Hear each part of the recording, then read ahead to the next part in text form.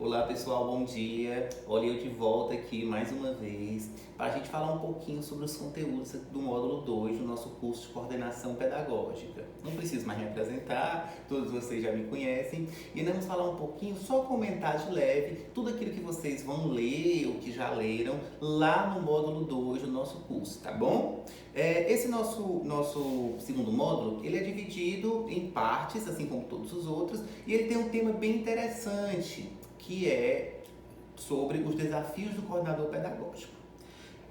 Como eu falei anteriormente, no nosso vídeo anterior, se tem uma visão muito deturpada ainda sobre qual o papel do coordenador pedagógico. Sempre se coloca o coordenador numa posição de autoritarismo ou hierárquica, né? O coordenador pedagógico é alguém que está acima do professor. O que na verdade não é bem verdade. O coordenador pedagógico é um apoio. E quando você fala de apoio, você precisa lembrar dessa relação. Apoio é quem sustenta, quem segura, quem mantém de pé. Certo? Então o coordenador pedagógico tem essa função, a de manter o professor num ritmo, em um determinado ritmo, mas também a relação com o professor e com todo o ambiente escolar precisa ser pensada e vista, tá bom? Então o primeiro ponto que eu quero abordar com vocês hoje é: qual deve ser a relação do coordenador com o corpo docente? A palavra que eu melhor encontro para essa relação é a palavra amistosidade. Se você vai servir de apoio para alguém, de base para alguém, você não pode, criar nenhuma insegurança. Você tem que ser a pessoa que representa o chão firme. O coordenador, portanto, é a terra firme onde o professor pode pisar sem medo.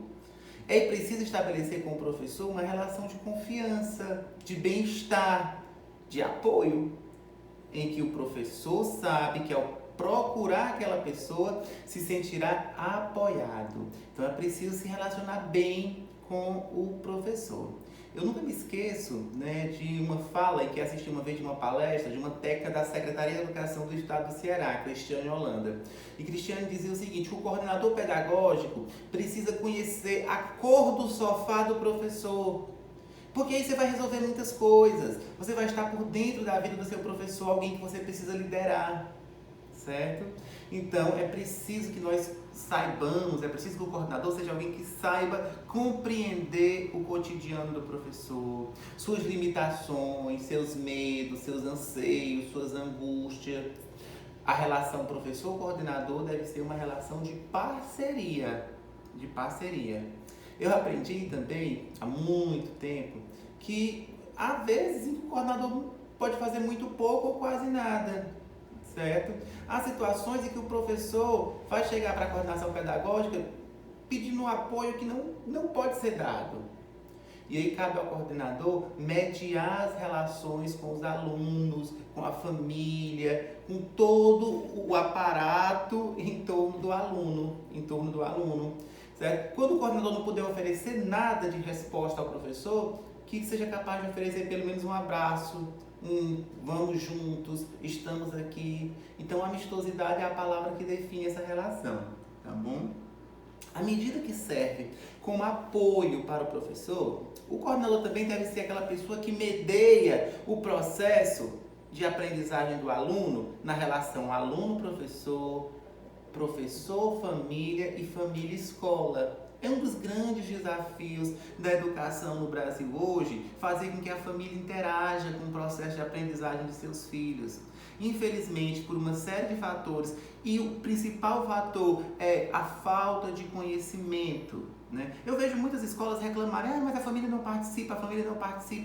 Mas a escola precisa sair dessa zona de defesa, de que está sempre na defensiva, e começar a agir. O meu pai não acompanha a vida escolar do meu filho porque ele não tem consciência do quão importante é esse acompanhamento. Então a escola tem que agir, criar mecanismos que atrair a família para a escola. Ninguém gosta de ser chamado na escola só para receber informações negativas do filho. Quantas vezes a escola já chamou o aluno e o pai para parabenizar? Olha, pai, esse seu filho aqui conseguiu a melhor nota do semestre. Olha, pai, não aconteceu nada de excepcional na escola, mas eu queria dizer que o seu filho é um aluno de destaque.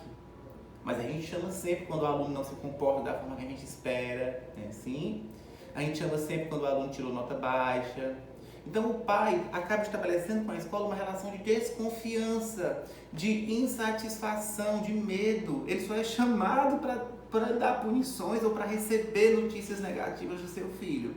E cabe ao coordenador mediar esse processo, tá bom? Coordenador é sobretudo quem medeia. E ao mediar essa relação do professor com o aluno, ele também vai estar mediando o processo de aprendizagem.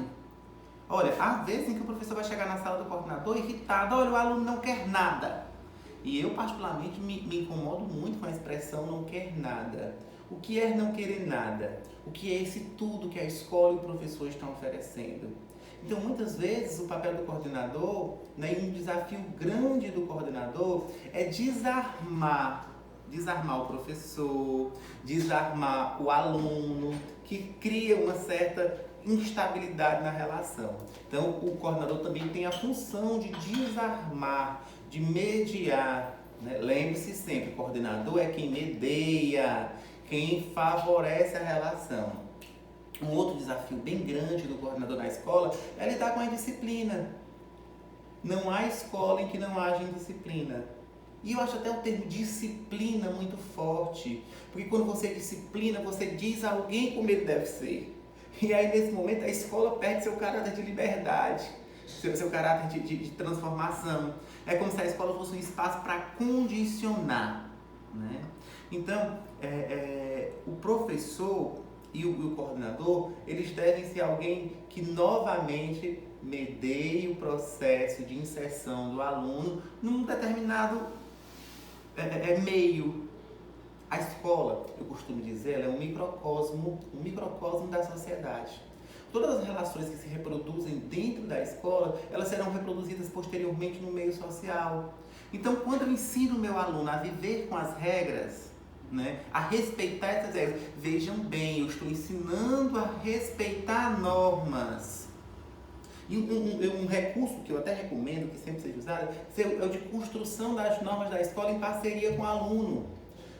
É muito difícil respeitar algo que simplesmente chegou de cima e empurraram de goela abaixo. É por isso que os alunos são indisciplinados. Porque eles não participaram do processo de construção das normas escolares. As normas são construídas pelo diretor, pelo coordenador, pelo professor, menos pelo aluno. Ele tem que se sentir corresponsável por aquelas normas a fim de obedecê-las. Por que é tão difícil impor leis? Né? Existe um longo e até desgastante processo de conscientização e tudo para que uma lei ela passe a valer. Porque às vezes elas vêm de cima, pronta. E aí que um dia a escola promoveu um seminário de elaboração de normas para compor o regimento da escola, em que o pai participe, em que o aluno participe, em que todos estejam de acordo com aquelas normas. É muito mais fácil respeitar o que eu conheci, o que eu produzi, do que simplesmente chegar uma norma vindo de cima e eu ter que obedecê-la, tá bom? E aí a indisciplina ela traz um outro ponto, que é um ponto bastante delicado, que é a questão da defasagem na aprendizagem. Aluno indisciplinado dificilmente aprende, ou aprende menos. E aí, daí vem a importância de mediar esse processo, de mediar o processo do aluno disciplinado com o professor, com a família, com todo mundo. O aluno disciplinado também tende a se evadir, evasão escolar. E a evasão escolar, o aluno não veio mais, o professor disse que o aluno está muito faltoso. E a escola? Qual é o papel da escola nesse sentido? E o coordenador pedagógico? Qual é o papel do coordenador mediante a evasão? O aluno não quer mais vir. E eu confesso que às vezes eu entendo o aluno. Um aluno que vem de um contexto social notadamente marcado por desigualdades, um contexto familiar em que a família está desestruturada, em que há um sem fim de coisas mais interessantes lá fora do que aquela aula monótona numa tarde, uma sala que parece uma sauna. É preciso repensar a nossa escola. A escola deve ser um espaço atrativo, prazeroso. E se eu não conseguir fazer isso, o que não é difícil de fazer, que eu consiga de alguma forma ir buscar o meu aluno que se evadiu. Ir atrás do meu aluno, trazê-lo de volta. A escola é responsável pela evasão escolar, certo? Paralelo à evasão escolar, nós colocamos um assunto que vocês leram ou lerão ainda, não sei bem como é que vocês vão fazer, mas que é referente ao absenteísmo docente. Que nome difícil, né? Mas o absenteísmo docente nada mais é do que a falta do professor na escola, do que a ausência de motivação, O professor que falta muito, geralmente ele está desestimulado para a prática. E esse também é um desafio do coordenador pedagógico. Lembre-se que o coordenador é um parceiro, é aquele alguém que diz, vamos fazer assim porque assim dá certo. Ou então, olha que bacana que você fez assim, vamos ensinar os outros a fazerem também. Então o professor, ele precisa ser motivado, ele precisa ser bem tratado, ele precisa ver perspectiva, ele precisa ver os frutos do seu trabalho. Ensinar, né, professar a fé de ser professor é uma tarefa muito árdua, delicada, que exige de nós, professores, doação. Mas a gente precisa ver o fruto do nosso trabalho. E você tem mostrado, o coordenador tem mostrado para você, ou você, coordenador, tem mostrado para o seu professor os frutos do trabalho deles? É uma semeadura muito árdua. Via de regra, as sementes estão caindo em solo infértil. E aí tem vezes que eu me sinto desestimulado. E aí não é porque o professor é irresponsável, não é porque o professor não gosta do que faz e não valoriza seu trabalho. É que o professor precisa se sentir valorizado também. Então, quando eu valorizo meu professor, quando o coordenador está lá com o professor, ele está dizendo, olha professor, seu trabalho é importante e eu preciso de você aqui. E o professor vai se sentir importante e nós vamos eliminar essa dificuldade. Um outro ponto e último ponto é a questão da observação em sala de aula, que ainda é um tabu imenso para o professor aceitar que o coordenador entre na sua sala para observar a sua aula. Como é que você pode avaliar algo que você não conhece? O papel do coordenador e um dos desafios também é esse. Também é avaliar a aula, também é dizer para o professor, olha professor, sua aula foi muito boa nesse aspecto, mas olha, vamos melhorar esse ponto? A sua dicção, professor, às vezes não é boa. Professor, e a interlocução com o aluno? E se eu chamar meu aluno toda hora, tem aquele aluno que está desatento, então vamos usá-lo como exemplo, vamos citar o nome dele, vamos colocar a mão no ombro de vez em quando. A gente vai melhorar bastante a sua aula, professor. Isso é observação em sala de aula.